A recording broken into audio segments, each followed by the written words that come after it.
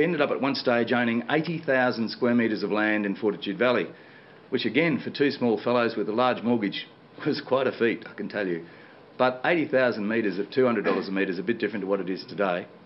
And we didn't all just have options, but we had some fantastic agreements with people who shared our vision with us and decided to quasi-joint venture with us, hold on to the land with us whilst we got the development approvals and whilst we got things happening.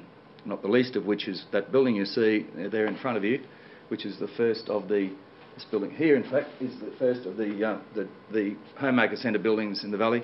The land there was owned by a gentleman by the name of John Breen, who was my next door neighbour, and we bought the land around him.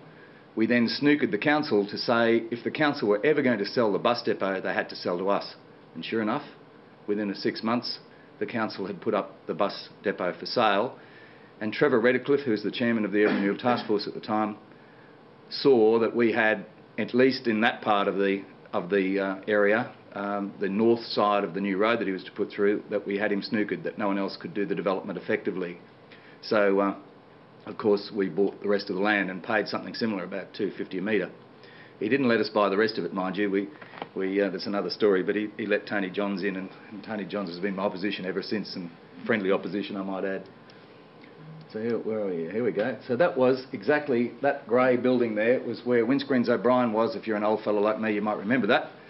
But the next two buildings were owned by John Breen, and he allowed us to buy the properties around him, and then together we approached the Urban Renewal Task Force, and the rest is history. So stage 2 of the Homemaker Centre centred from that big flagpole, which isn't actually a flagpole, it's an electricity, it's a lightning rod, because for some engineer told us that if the lightning ever hit the buildings that they were going to crack the massive concrete car park covers, which we didn't quite agree with, but anyway, there it is. So those Homemaker Centres, for what they're worth, you might call them under development, as indeed you might call James Street under development, and it is true.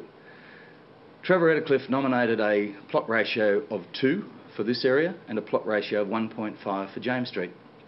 We got to 0.55 at James Street, and in stage 1 at the Homemaker Centre, which we call Wickham Street, we only got to 0.21 instead of 2. So we really only half developed the sites.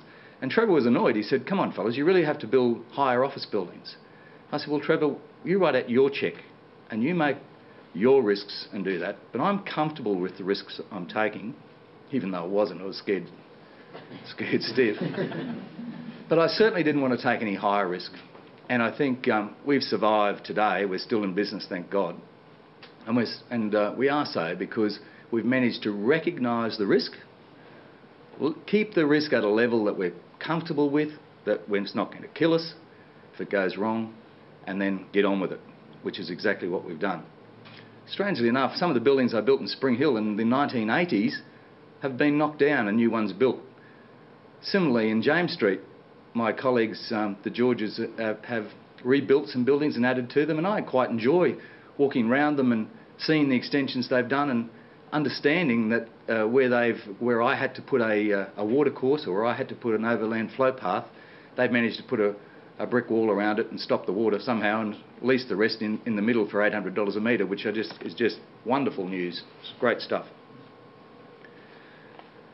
So, keeping going, that's the Homemaker Centre at 650 Wickham Street, which was stage 3, and that one was a little bit bizarre in its own right. It was a site where we had agreed a deal with the post office to build a massive post office. I only bought the site to accommodate the post office, and at the last hour, the sort of 5 minutes to midnight, the post office pulled out. And I remember going to Trevor Redcliffe, ashen white, saying to Trevor, what am I going to do now? And he said, well son, you're just going to have to build something, aren't you? So of course we had to think it through and start again. And there were overland flow path issues, there were contamination issues, there were issues where we were forced to buy blocks of land that we didn't really want, but in order to make a better shape and make the intersections work, we effectively bought the land for the council. But that's how Trevor was. He sort of held one arm behind your back and the other one shook your hand with it. So he he was saying, well, look, go forward and multiply, but along the way, make sure that the council gets their fair share out of it. I think it's called infrastructure charges now, but they've changed the name, they've changed the words. But Trevor was famous for what he did.